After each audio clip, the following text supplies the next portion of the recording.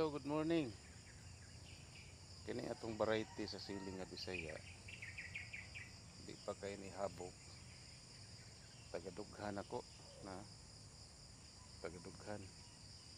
Pero daghan sa bunga. Ang bunga niya.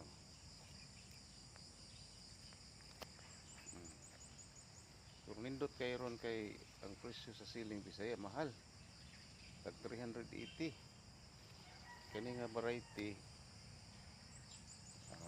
Bisaya ni mga pagka yellowish. Yellowish o light green kung hilaw pa. Mo red na ni siya kung mahinog na. Mahal ni 380 ang kilo. Sumuro tag nananom og bulawan na ni. Pero ang kuan lagi dining sili alang sa inyong kasayuran. Ako first time pa magpupong nananom og sili. So karon pa po nako ni na experience ang sakit aning sili.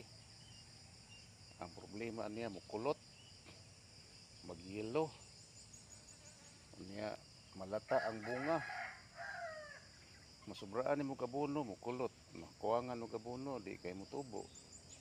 So kinanglan siya og mahalon nga mga medisina para masulbad niya sa problema. Karon hinahinaya naman ako ning kasulbad. Basig maulian na ning kulot ani. Kani karon wa man ning kulot na kinaigo na medisina guro. Unya na apoy mga sakit ani, aphids, na mga mananap nga pino kayo nga puti.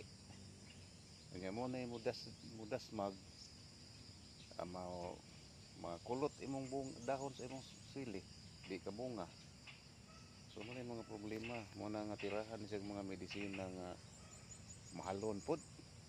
Pero pwede sa dungi mong i-alternate, tira kag baratohon din mahalon.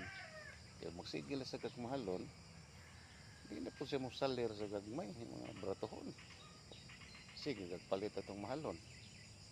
So mo nang gikinanglag teknik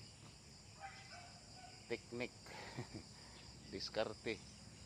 So mo po niyang, pero ang advantage niya kay mahal ang siling Bisaya. 380 agli ang kilo ang Bisaya ron. I-compare mo sa hybrid, tag 60 taon ang hybrid eh.